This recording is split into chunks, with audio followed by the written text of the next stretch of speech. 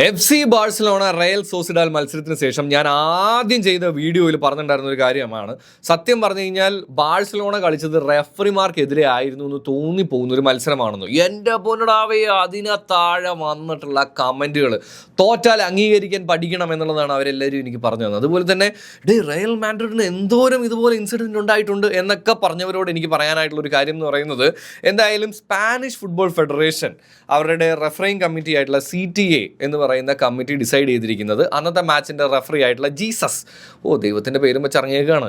എന്തായാലും മച്ചാന് ഒരു mandatory period of rest എന്ന് വെച്ച് കഴിഞ്ഞാൽ ഇതുപോലുള്ള മിസ്റ്റേക്കുകൾ കാര്യങ്ങളൊക്കെ വരുന്ന സമയത്ത് നീ ഇനി ഒരാഴ്ച വീട്ടിൽ പോയി ഇരി എന്ന് പറഞ്ഞിട്ടുള്ള പുതിയൊരു പോളിസിയാണ്. അത് റിപ്പീറ്റ് ആയിട്ട് വരികയാണെന്നുണ്ടെങ്കിൽ വലിയ ആക്ഷൻസ് ഒക്കെ എടുക്കാനായിട്ട് വേണ്ടിയിട്ടാണ് ഇത് അവർ കൊണ്ടുവന്നിട്ടുള്ളത്. സോ അത് ജീസസിനെതിരെ ഉണ്ടാവും എന്നുള്ളതാണ്. അതിനെക്കുറിച്ചൊക്കെ ഡീറ്റെയിൽ ആയിട്ട് പറയാം കേട്ടോ. അപ്പോൾ എന്നാലും നമ്മുടെ കോണ്ടൻസും കാര്യങ്ങളൊക്കെ നിങ്ങൾക്ക് ഇഷ്ടപ്പെടുന്നുണ്ടെന്നുണ്ടെങ്കിൽ ഇൻസ്റ്റയിലാണെന്നുണ്ടെങ്കിൽ ഒന്ന് ഫോളോ ചെയ്യുക, യൂട്യൂബിലാണെന്നുണ്ടെങ്കിൽ ഒന്ന് സബ്സ്ക്രൈബ് ചെയ്യാന്ന് ഓർപ്പിച്ചുകൊണ്ട് കാര്യത്തിലേക്ക് കിടക്കുകയാണ്.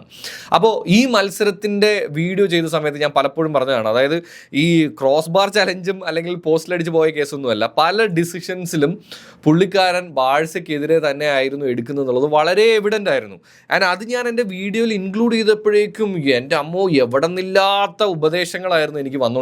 അതിനകത്ത് എന്നെ റെഗുലറായിട്ട് ഫോളോ ചെയ്യുന്ന റയൽ മാഡ്രിഡിൻ്റെ ഫാൻസിനും അറിയാമെന്ന് വിശ്വസിക്കുന്ന ഒരു കാര്യമാണ് ഞാൻ പറയുന്നത്. കാര്യം ഞാൻ റയൽ മാഡ്രിഡിന് അനുകൂലമായിട്ട് വീഡിയോ ചെയ്യേണ്ട സമയത്ത് കൃത്യമായിട്ട് ചെയ്തിട്ടുണ്ട്. റെഫറിങ് എനിക്കിപ്പോഴും ഓർമ്മയുണ്ട്, റെഫറിമാരെല്ലാവരും കൂടെ ചേർന്ന് ഒരു ഇൻ്റർവ്യൂ ഒരു മാച്ചിന് മുമ്പായിട്ട് ചെയ്ത സമയത്ത് അത് ഒരിക്കലും ശരിയായിട്ടുള്ള ഒരു ആക്ഷൻ അല്ല, അതിൽ നമ്മളെല്ലാവരും സപ്പോർട്ട് ചെയ്യേണ്ടത് റയൽ മാഡ്രിഡിനെ ആണെന്ന് പറഞ്ഞ് ആദ്യം വീഡിയോ ചെയ്ത ഒരാളാണ് ഞാൻ. അതുകൊണ്ട് എൻ്റെ ക്ലബ്ബായാലും ശരി, ഇനി എനിക്ക് ഇഷ്ടമില്ലാത്ത ക്ലബ്ബായാലും പറയാനുള്ളത് ശരിയാണെന്നുണ്ടെങ്കിൽ അതെന്തായാലും പറയാറുണ്ട്. പിന്നെ മോക്ക് ചെയ്യുന്നത്, സർക്കാസ്റ്റിക്കലി കളിയാക്കുന്ന കാര്യങ്ങളൊക്കെ ആണെന്നുണ്ടെങ്കിൽ അത് ഞാൻ ഇനിയും ചെയ്യും.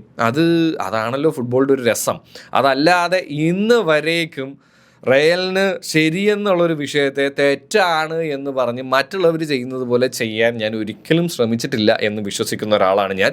അതിനി നിങ്ങൾ താഴെ എന്തരൊക്കെ വന്ന് കമൻ്റ് ഇട്ടാലും ഞാൻ ചെയ്യുന്ന പണി ഞാൻ ചെയ്തുകൊണ്ടേയിരിക്കും എന്നുറപ്പിക്കുകയാണ്. അപ്പോൾ എന്തായാലും ഈ താഴെ വന്ന് എന്നെ റെഫറിമാരുടെ കാര്യം പഠിപ്പിച്ചവരോട് എനിക്ക് പറയാനുള്ള കാര്യം, ഈ പറയുന്ന പോലെ തന്നെ മുണ്ടോ ഡിപ്പോർട്ടോടെ പുതിയ റിപ്പോർട്ട് അനുസരിച്ച് മച്ചാനെ ഒരാഴ്ച വീട്ടിൽ പോയിരുത്താനാണ് പറയുന്നത്. ഇനി ഇതിനെക്കുറിച്ച് എന്താ പറയാനായിട്ടുള്ളത്? ഇനിയിപ്പോൾ ഇത് പറയരുത്, ഇത് പുതിയ ഇത് നോക്ക് ബാഴ്സലോണയ്ക്കെതിരെ ആയതുകൊണ്ടാണ് സ്പാനിഷ് ഫുട്ബോൾ ഫെഡറേഷൻ അങ്ങനെ തീരുമാനിച്ചെന്നുള്ളത്. എന്നാൽ അങ്ങനെയല്ല. റയൽ മാഡ്രിഡിൻ്റെ മത്സരങ്ങളിലും മിസ്റ്റേക്ക് പറ്റിയുള്ള പല റെഫറിമാർക്കെതിരെയും, അതുപോലെ റയൽ മാഡ്രിഡ് മാത്രമല്ല സ്പാനിഷ് ഫുട്ബോളിൽ ഇത് ആദ്യത്തെ സംഭവമൊന്നുമല്ല, പല മാച്ചുകളിലും എടുത്തിട്ടുള്ളൊരു കാര്യം തന്നെയാണ്. അത് ഒരു പുതിയ പോളിസിയായിട്ട് അവർ കൊണ്ടുവന്നതാണ്. ബാക്കി താഴെ കമൻറ്റ് കറോ.